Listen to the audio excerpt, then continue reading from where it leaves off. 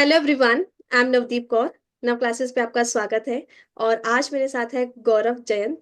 And इनको congratulations. गौरव का net clear हो चुका है एंड अभी रिसेंटली दिल्ली यूनिवर्सिटी में पीएचडी में एडमिशन हो गया है, जो कि अपने आप में बहुत बड़ी बात है। दिल्ली यूनिवर्सिटी सेंट्रल यूनिवर्सिटी है प्लस इंस्टीट्यूट ऑफ एमिनेंस है। So congratulations Gaurav. Thank you ma'am. Thank you ma'am. जी। तो अब आपने कैसे प्रिपेयर किया अपने ये जो रिसर्च प्रपोजल के लिए, दिल्ली यूनिवर्सिटी के लिए?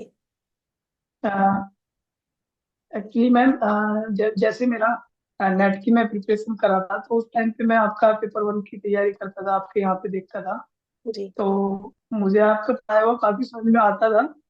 और आप पॉइंट टू पॉइंट जो डायरेक्टली आप बात करते हैं और मैराथन लेके आते हैं, बहुत ज्यादा इफेक्टिव होता था। तो फिर मैंने ऐप पे देखा कि आप इसकी भी तैयारी कराते हो, आफ्टर नेट के बाद कैसे क्या करना है। तो फिर मैंने आपका जो कोर्स था वो परचेस किया। और उसके बाद वहाँ पे जो क्लास वगैरह चलती है, मैंने वो क्लास देखी। और मैं एक बात बताऊंगा कि मैंने एक भी लाइव क्लास मिली आपकी, जो रिकॉर्डेड क्लास थी, उन्हीं से मैंने प्रिपेयर किया। और जो भी फॉलो थ्रू होता था, मैं आपसे लेता रहता था कि कहाँ पे मिस्टेक है और कहाँ पे है। उसी से मेरा वो काफी अच्छा बन गया था। और बाद में भी मुझे वहां पे भी प्रॉब्लम नहीं हुई। जैसे मुझसे क्वेश्चन वगैरह वहां पे पुटअप किए गए, और वो भी थोड़ा हैरान थे कि आप ऐसे कैसे कर पा रहे हो। क्योंकि आपने तो रिसर्च प्रपोजल खुद ये सब बनाया कुछ आप था, मेरा। है ना? हाँ जी। आप मेरे रिसर्च मेंटरशिप वाले कोर्स में हो ना अभी? Yes ma'am. Yes ma'am, mentorship वाले मैम। हाँ। तो इसमें होता क्या है कि सबसे पहले आप, अगर आप रिकॉर्डेड देखते हो, क्योंकि आप लेट आए थे, आई थिंक साथ साथ नहीं आए थे, तो आप फर्स्ट क्लास देखते हो, फिर मेरे को कांटेक्ट करते हो, फिर हम लोग टाइटल डिस्कस करते हैं, फिर आप 1 to 1 असाइनमेंट्स बनाते रहते हो, मेरे को व्हाट्सएप पे डायरेक्ट चेक कराते रहते हो। वो हम कोर्स के अंदर फर्स्ट क्लास में मैं सब कुछ क्लियर कर देती हूँ कि कैसे करना है। एंड कोई भी क्वेरी है तो वो साथ साथ पूछते रहते हैं। और इंटरव्यू से पहले भी आई थिंक हमने डिस्कस किया था कि क्या क्या उसमें करना चाहिए, है ना? तो जी। सो जी मैम। इंटरव्यू में आपसे कैसे क्वेश्चन पूछे गए वहां पर? मैम, मेरे साथ एक प्रॉब्लम ये हो गया था कि जो मेरा पीपीटी था वो डिलीट हो गया था। ओ। जैसे मैं उसको ओपन कर रहा था वहां पे उनके सामने, तो उन्होंने कहा कि अब क्या होगा। मैंने कहा कि मुझे पीपीटी वगैरह सब कुछ बनाना आता है, अगर हम्म। आप मुझे 20 मिनट दो तो मैं प्रिपेयर कर लूंगा। तो उन्होंने कहा कि इतनी जल्दी कौन कर लेता है। मैंने कहा कि मैंने सब सीखा हुआ है, आप बस 20 मिनट दो। तो उन्होंने कहा कि ठीक है, तुम्हारा जो इंटरव्यू होगा हम लास्ट में लेंगे। अच्छा। जो डॉक्यूमेंट्स वेरीफाई करते हैं, उन्होंने कहा कि लास्ट में लेंगे, और अगर आप कर सको तो और आराम भरोसे है वही कर लो। और मैम, जैसे आपने मुझे पहले सिखाया हुआ था कि इसके बाद ये आना है, इसके बाद ये आना है, मैंने उसको 20 मिनट में तैयार कर दिया। क्या बात है। और सब कुछ तो मेरा पढ़ा हुआ था। तो फिर वहां पे जैसे मैं इंटरव्यू में गया पैनल के अंदर, तो उन्होंने मुझसे सबसे पहला क्वेश्चन यही पूछा कि ये बताओ कि आपने जो ये सिनॉप्सिस बनाया हुआ है, ये कहाँ से कॉपी किया।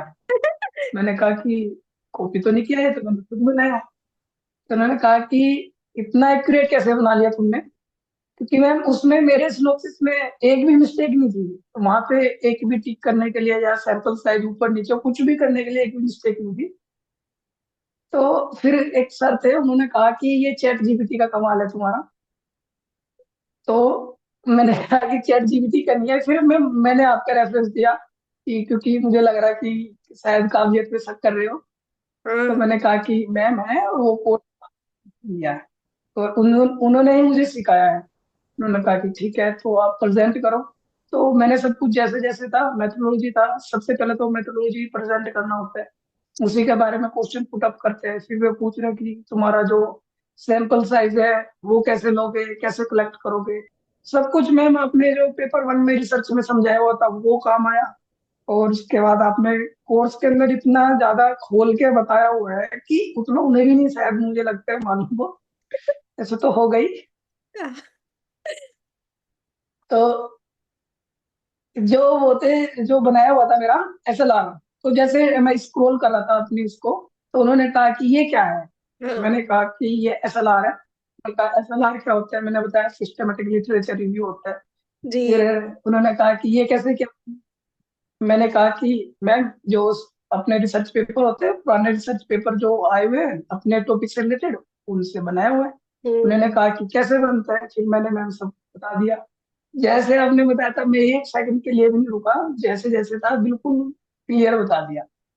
फिर उन्होंने कहा कि देखो गौरव, हमको ठीक है, हमको रिक्वायरमेंट है जो बच्चा सॉफ्टवेयर के बारे में जानता हो, क्योंकि यस। हम इंटरेक्ट होते हैं बच्चों को। मैंने कहा कि मैं मेरे को आर सॉफ्टवेयर भी चलाना आता है, आर स्टूडियो बढ़िया। वगैरह सब कुछ आता है। उन्होंने कहा कि आर स्टूडियो क्या होता है, हमने तो सुना नहीं भाई आज तक। मैंने उनको बताया कि मैम ये रिसर्च के अंदर प्रयोग होता है ऐसे ऐसे। तो वे काफी शौक थे। और मैम वहाँ पे सीट भी बहुत कम थी।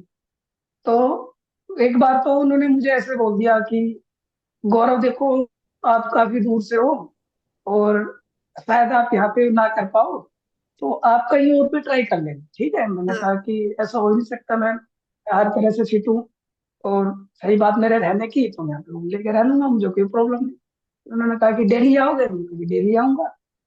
तो फिर उन्होंने थोड़ा मतलब बहकाने की कोशिश किया, हाँ। लेकिन मैम वैसे। आपने जो समझाया था ना, इमोशनली ब्लैकमेल करते हैं आपको, फैमिली का वो बताते हैं, अरे तुम्हारे पापा घर पे ऐसे करेंगे, तुम क्या करोगे। मैम कुछ नहीं, बता जी मैं यही करूंगा, मैं हर तरह से सीख। उन्होंने कहा कि ठीक है आप जाओ।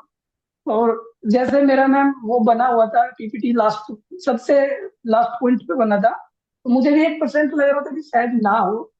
लेकिन जब मेरा लिस्ट में नाम आया तो मैं मैम शौक हो गया कि भाई मजे आ गए। मजे आ गए, पैसा वसूल हो गया ना क्लासेस पे, कोर्स लेके।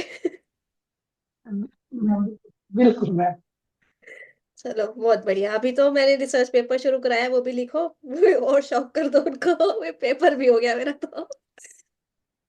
ठीक है, मेंटरशिप होने। मैम वे बोल रहे कि जो तुमने ये दिया हुआ है, जैसे प्रेम थेसिस है और ये तुम्हारे नैरेटिव साइटेशन है, हाँ। ये कैसे दिया, ये हाँ। बताओ। क्योंकि मैम वो किसी बच्चे ने अपने उसमें सिनॉप्सिस में नहीं दिया हुआ था, किया ही नहीं होगा, बहुत आता कम ही बच्चे नहीं है। थे जिन्होंने दिया। हाँ। हाँ, वो बोल रहे कि इतना एक्यूरेट कैसे दिया तुमने, एक भी मिस्टेक नहीं इसमें। मैंने कहा कि मुझे सिखाया हुआ है, जो मेरी मैम है उन्होंने बहुत अच्छे से सिखाया हुआ है, डांट डांट के सिखाया था। बस यही चीज है कि मैं देखो, ये चीज है, जो बच्चा नया है उसको कैसे ही आएगा, क्योंकि वो पीएचडी में तो गया ही नहीं है ना। तो मैं आपको वो वाली नॉलेज देती हूँ जो पीएचडी में जाने के बाद लोगों को आती है।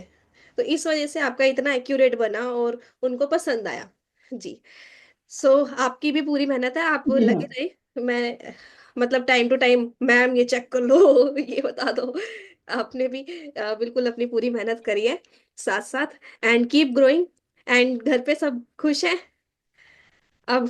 क्या हाल चाल है? यस मैम, बिल्कुल मैम, सब बढ़िया मैम। इससे पहले ना मेरा जो एक डीम यूनिवर्सिटी है, गुरुकुल कांगड़ी, हाँ। हरिद्वार में है, हाँ जी। हमारे फिजिकल एजुकेशन रिलेटेड है मैम। वहाँ पे भी मेरा सिलेक्शन हो गया था फर्स्ट अटेम्प्ट में। वेरी। उन्होंने तो सिनॉप्सिस देखते ही सिलेक्ट कर दिया था। उन्होंने बोला कि ठीक है गौरव, और तुम्हारे ये गाइड है, और आप कब से PhD करना स्टार्ट कर शुरू करोगे।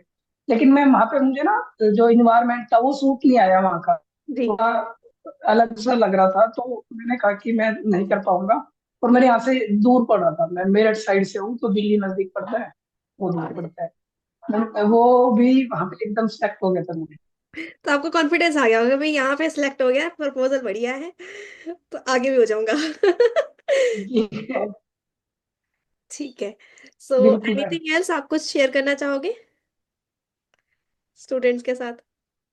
मैं तो मैम मैं सभी को यही कहना चाहूंगा कि सबसे पहला आपका जो प्रपोजल है, सिनॉप्सिस है, वो एक अच्छे वे में बना हो। दूसरा मैम, कॉन्फिडेंस लेवल सबसे मेन होता है कि हम्म। आप वहाँ पे किस कॉन्फिडेंस से बोल रहे हो, वो इस चीज को जज करते हैं।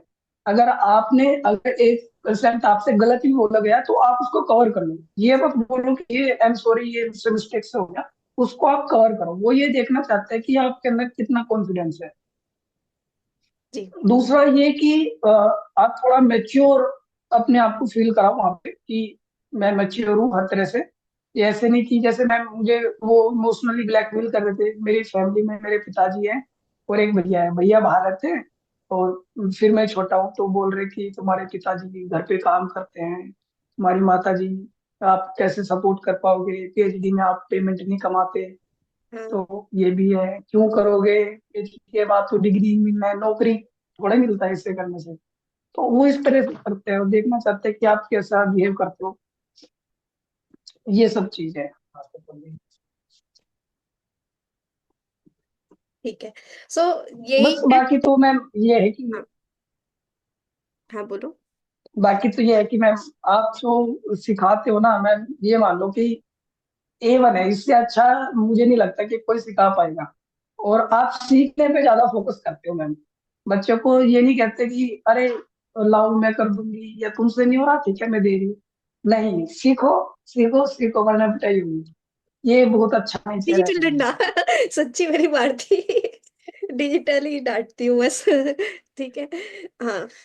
चलो बस यही चीज है, क्योंकि मेरा मेन मानना है कि अगर आप, मैं गाइड करूंगी, अगर आप उसको फॉलो करके खुद बनाओगे तो कल को आपसे जो मर्जी क्वेश्चन पूछ ले, आप हर क्वेश्चन का आंसर देने के लायक बनते हो। जैसे आपने बोला पीपीटी खराब हो गई, एट अ टाइम आपने पीपीटी बना के दे दी उनको, तो ये सारा कॉन्फिडेंस आपको तभी आता है जब आप एक्चुअली इस चीज से गुजरते हो। ठीक है, तो यही मेरा मकसद है।